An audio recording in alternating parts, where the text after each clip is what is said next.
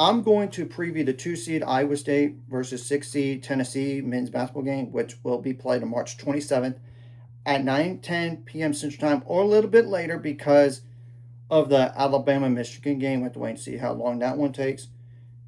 And it's on TBS/TruTV. And as of right now, Iowa State's favored by 4.5. And I apologize for looking out because I cannot memorize all this stuff. Obviously, this is in the Midwest region, and the game will be played in Chicago, Illinois at United Center. And we'll have to wait and see about the injury report for both of these squads. The game prior. I'm just saying that right now. Might as well go over the overall records and conference records first. Iowa State's 29-7 overall, and 12-6 in the Big 12. Tennessee's 24-11 overall, 11-7 in the SEC. What are some players to keep an eye on for both these squads? And I'll start with Tennessee, then I'll go to Iowa State. And y'all could tell, like, 2 rebounds or 2 assists or more, I'm going to go over. But 0.6 or less on anything else, I am not going to go over. Now, then I'll go over keys to the game for both of these squads at the very end here. So you got to bear with me on that. And I apologize if I butcher any names in advance. Obviously, for Tennessee, the first player to keep an eye on is Jacoby Gillespie, number 0, 6'1", 188-pound guard. That is a senior, 18.4 points per game, 2.8 rebounds per game, 5.6 assists per game, 2.3 turnovers per game, 2.1 steals per game, 2.3 fouls per game, 34.5% on threes on 281 attempts, 81.3% on free throws on 139 attempts. There's Nate Ament, numbers 10, 6'10", 207-pound forward as a freshman, 16.9 points per game, 6.4 rebounds per game, 2.3 assists per game, 2.3 turnovers per game, 1 steal per game, 0.6 blocks per game, 2.8 fouls per game, 32.8% on threes on 131 attempts, 79.2% on free throws on 240 attempts. There's J.P. Estrella, number 13, a 6'11", 240-pound forward as a sophomore, 10.2 points per game, 5.4 rebounds per game, 0.9 turnovers per game, 2.2 fouls per game, 4 for 10 on threes, 65.6% on free throws on 64 attempts. And there's Felix Ekpara, number 34, 6'11", 242-pound forward as a senior, 7.8 points per game, 6.2 rebounds per game, 1 turnover per game, 1.5 blocks per game, 2.4 fouls per game, 36.4% on threes, but that's on 11 attempts, 65.2% on free throws on 66 attempts. There's Jalen Carey, number 23, 6'8", 267-pound forward as a junior, 7.3 points per game, 6 rebounds per game, 0.9 turnovers per game, 1.5 fouls per game, 0 for 5 on threes, 48.1% on free throws on 106 attempts. Then obviously the next player is Bishop Boswell, number 3, 6'4", 204-pound guard as a sophomore, 6.4 points per game, 4.4 rebounds per game, 3.1 assists per game, 1.6 turnovers per game, 1.2 steals per game, 2.8 fouls per game, 39.4% on threes on 71 attempts, 68.1% on free throws on 69 attempts. There's Dwayne Brown II, number 6, 6'8", 251-pound forward as a freshman, 4.8 points per game, 3.7 rebounds per game, 0.8 turnovers per game, 1.7 fouls per game. No threes attempted, 67.4% on free throws on 46 attempts. There's Amari Evans, number 1, 6'5", 220-pound guard as a freshman. His number is number 1, 4.2 points per game, 3.2 rebounds per game, 1 steal per game, 1 foul per game. They're 22.7% on threes on 44 attempts. They're 57.5% on free throws on 40 attempts. Okay, then I'm not gonna go over every single guy. Obviously, I'm not.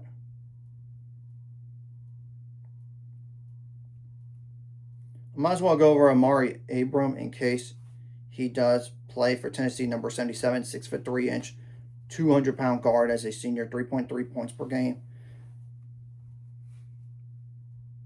Okay. Well, the ESPN app just decided just to error out and kind of go back to it. So I apologize for this delay here.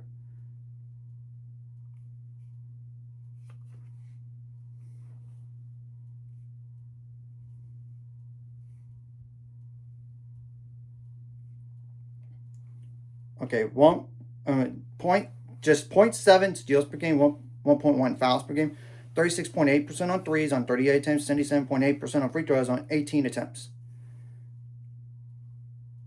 And might as well go over two more guys, honestly, and that's Ethan Berg, number 35, 6'3", 199-pound guard as a sophomore, 2.6 points per game, 0.7 turnovers per game, 1.1 fouls per game, 44.1% on threes on 34 attempts, 81.8% on free throws on 11 attempts.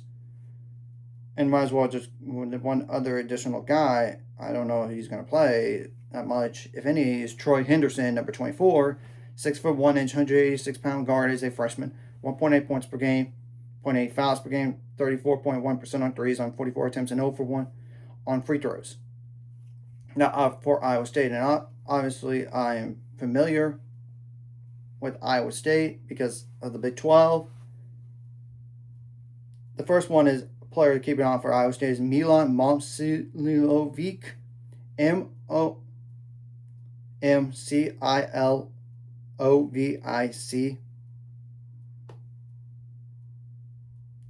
or Momcilovic. I think that's the right name, right way to pronounce it. And I apologize if I butchered that. Number 22, 6'8", 225-pound forward as a junior, 17.2 points per game, 3.2 rebounds per game, 0.8 turnovers per game, 0.8 steals per game, 1.6 fouls per game. Now here's one of his strengths: 49.3% on threes on 272 attempts, 87.8% on free throws on 82 attempts. And the question about Joshua Jefferson is, will he play next game? Because he did suffer an ankle injury in the first round matchup. I might as well just go over it in case he does play, which I don't know how likely it is. But if he doesn't, it's a big loss right here based on the numbers. I mean, number 5, 6'9", 240-pound forward as a senior, 16.4 points per game, 7.4 rebounds per game, 4.8 assists per game, 2.5 turnovers per game, 1.6 steals per game, 0.8 blocks per game, 2.3 fouls per game, 34.5% on threes on 110 attempts, 70% on free throws on 213 attempts. There's Taman Lipsey, number 3, 6'1", 200-pound guard as a senior, 13.3 points per game, 3.9 rebounds per game, 5.1 assists per game, 1.5 turnovers per game, 2.3 steals per game, 1.8 fouls per game, 31.8% on threes on 29 attempts, 65.8% on free throws on 114 attempts. This Keon Torre, number 27, 6'3", 205-pound guard as a freshman, 8.6 points per game, 3.4 rebounds per game, 1.7 turnovers per game, 1.4 steals per game, 2.4 fouls per game, 30.5% on threes on 82 attempts, 72.2% on free throws on 72 attempts. This Blake Buchanan, number 23, 6'10", 235-pound forward as a junior, 8.5 points per game, 5.8 rebounds per game, 1.1 turnovers per game, 0.8 steals per game, 0.9 blocks per game, 2.4 fouls per game, 0 for 2 on threes, 49.3% on free throws on 75 attempts. There's Jermarion Bateman, number 1, 6'3", 295-pound guard as a freshman, 6.8 points per game, 0.6 steals per game, 1.4 fouls per game, 37.8% on threes on 143 attempts, 78.8% on free throws on 33 attempts. And the next one is like Nate Heisey, number 0, 6'5", 212-pound guard. That is a senior, 5.4 points per game, 3.9 rebounds per game, 0.6 turnovers per game, 0.8 steals per game, 1.5 fouls per game, 33.3% on threes on 84 attempts, 63.6% on free throws on 33 attempts. There's Dominicas Plata, number 21, 6'11", 240-pound forward as a freshman, 4.5 points per game, 2.3 rebounds per game, 0.8 turnovers per game, 1.7 fouls per game. No threes attempted, 62.3% on free throws on 53 attempts. And I might as well go over Dominic Nelson, number 11, 6 foot 5 inch, 109-pound guard as a senior, 3.8 points per game, 0.7 turnovers per game, 0.6 fouls per game, 0 for 7 on threes, 60.4% on free throws on 53 attempts.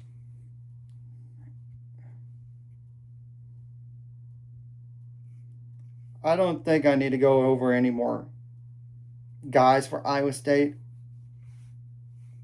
to be honest. But if you really want to go over one more, it's like Eric Mulder, number 4, 6 foot 9 inch, 230-pound forward as a senior, 1 point per game, 0.8 fouls per game, 1 for 1 on threes, 44.4% on free throws on 9 attempts. Obviously, whatever you did right last game, you got to bring in this game. Whatever you did wrong last game, you got to correct, because it could cost you in the very end in terms of a win or a loss. I mean, I'm just telling the truth. And I know there might be some questionable officiating throughout the game, but you got to be the more mentally tougher team and find ways to make plays to win the game. You got to keep your composure, so no technical fouls, no flagrant fouls. You got to make adjustments on the fly, both offensively and defensively in this game, throughout the game, not just from first half to second half, but throughout the first half, throughout the second half. You got to be good in late game situations, both offense and defense. You got to have your key players step up in this type of game, and honestly, your role players as well need to step up and do this for your seniors, because you surely want to go further in the NCAA tournament here, like to Elite Eight for the next game here. And it's obviously the next player and up mentality in case you are down a player, like especially for Iowa State. If they don't have Joshua Jefferson, you got to have some other players step up.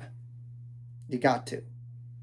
Now, on defense, you got to contain the shooters, contain the slashers. You got to limit the points in the paint as much as you can. You got to limit those second chance points, which is by limiting the offensive rebounds, because those could be the difference in the game, especially getting kick out 3-pointers or straight up putbacks like layups or dunks. So you get the point there. You got to limit the transition points as much as you can, because sometimes the best way to score is not to face a half court defense at times. I mean, it's just telling the truth. You don't want to let them live at the free throw line either. I'm just telling you that right now. And honestly, you want to limit your foul trouble while getting them in foul trouble across the board. And obviously on defense, you want to force turnovers, because sometimes your best offense comes from your defense. I mean, it's just telling the truth and all this. So now, obviously you want to out-hustle the other team too, across the board. Now on offense, you got to have good shot selection. You got to take care of the ball. I mean, and get some points out turnovers, because that sometimes is a difference. And get some second chance points, especially getting those offensive rebounds. You got to make your free throws count, because that could be a difference in the game sometimes. I mean, you got to get some points in the paint, whether it's from a drive or straight up post up or pick and roll. You get it?